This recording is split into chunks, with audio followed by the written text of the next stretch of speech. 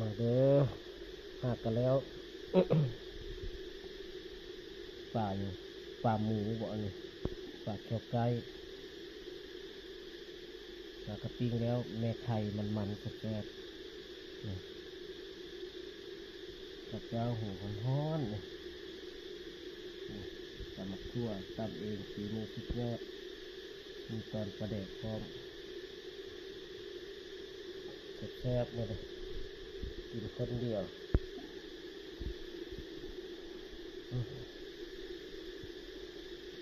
กินคนเดียวแซ่บ